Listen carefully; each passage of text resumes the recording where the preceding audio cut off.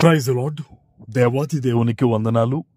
ప్రభు నామమున మీ అందరికీ నా ప్రత్యేకమైన వందనాలు, శుభాలు తెలియచేస్తున్నాను. ఈ దినము కొరకు ఏర్పాటు చేయబడిన దేవుని వాగ్దానము 41వ కీర్తన 3వ వచనము. రోగశయ్యము మీద యెహోవా వానిని ఆదరించును, రోగము కలుగగా నీవే వానిని స్వస్థపరచుదువు. దేవుని నామానికి మహిమ కలుగునుగాక. ఈ ఉదయకాల సమయంలో సర్వ సృష్టికర్త అయిన నీ తండ్రి నిన్ను ఆశీర్వదించి నీకు గొప్ప వాగ్దానాన్ని ఆయన అందిస్తూ ఉన్నారు. హల్లెలూయా.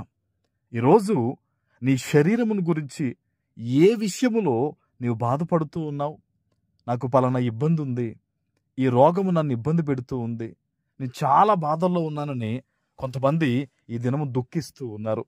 అయితే దేవుని యొక్క మహాకృప, ఆయన ఏదైతే వాగ్దానం ఇచ్చారో ఈరోజు ఈ వాగ్దానము నీ జీవితములో నెరవేరునట్లు నీవు గనక దేవునికి లోబడి ప్రార్థన చేస్తే, నీవు గనక వాక్యాన్ని నీ హృదయములో పెట్టుకుని దేవుని తట్టు తిరిగి, అయ్యా ఇదిగో నాయన నా పట్ల నీ కార్యము జరిగించు, నీ వాగ్దానాన్ని నా పట్ల నెరవేర్చి నన్ను స్వస్థపరచు ప్రభు అని ఈరోజు నీవు ప్రార్థన చేసినట్టయితే తప్పకుండా దేవుడు తానిచ్చిన వాగ్దానము చొప్పున ఈ దినము నిన్ను స్వస్థపరుస్తారు. ఆమేన్.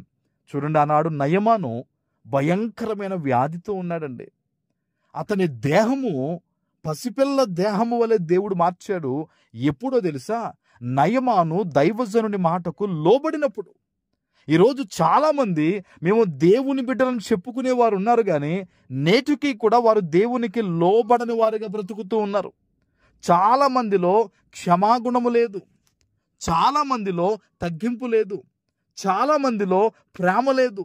కొంతమంది ఇంకను స్వార్థపూరితంగానే బ్రతుకుతూ ఉన్నారు. లోబడనొల్లని ప్రజలుగా ఉన్నారు గనుకనే వారి శరీరములు నేటికి కూడా స్వస్థత లేదు. అయితే ఈరోజు ఎక్కడ నుంచి ఈ వాగ్దానాన్ని వింటూ ఉన్నావో, దైవజనుడిగా నీకు ఒక మాట చెప్తూ ఉన్నాను.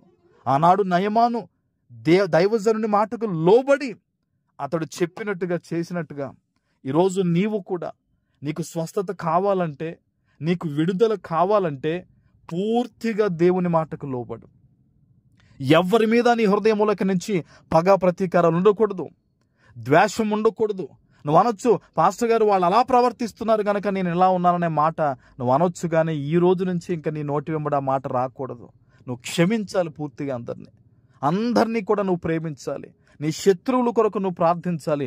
దేవునికి నువ్వు లోబడితే గనక దేవుని మహిమని ఈ రోజు నుంచి నీ జీవితంలో నువ్వు చూడబోతూ ఉన్నావు. ఎన్నాళ్ళ నుంచి ఒక ఇబ్బంది నిన్ను చాలా బాధిస్తూ ఉంది, గిల్టీగా ఫీల్ అవుతూ ఉన్నావు, సమాధానం లేదు నీ జీవితంలో, అన్నీ అనుభవిస్తూ ఉన్నట్టుగా ఉన్నావు, కానీ ఒక కొరత నీ జీవితంలో ఉంది కదా. ఇదిగో ప్రభు ఈ రోజు నీ జీవితంలో మెరాకిల్ చేయబోతూ ఉన్నాడు. లోబడి ఇప్పుడే ఈ వాగ్దానం వినగానే సంపూర్తిగా నీ జీవితాన్ని దేవునికి ఈరోజు అప్పగించి చూడు. అయ్యా ఇక్కడి నుంచి నేను పరిపూర్ణంగా నీ బిడ్డగా మారుతానయ్యా, నీకు లోబడతాను ప్రభువా, నన్ను స్వస్థపరచు అని ఈరోజు నువ్వు ప్రార్థన చేయగలిగితే గనక ఈరోజే దేవుడు తన అద్భుతమైన కృపను నీ మీద కుమ్మరించి నేను స్వస్థపరచబోతూ ఉన్నారు. ఆమేన్. ప్రార్థన చేసుకుందాం. పరిశుద్ధుడా, ప్రేమ కలిగిన తండ్రి, మీకు వందనాలు. ఈ ఉదయకాల సమయంలో మీరిచ్చిన ఈ గొప్ప వాగ్దానము ప్రతి బిడ్డ జీవితంలో నెరవేర్చి స్థిరపరచమని యేసు నామమున ప్రార్థిస్తున్నాను తండ్రి. ఆమేన్.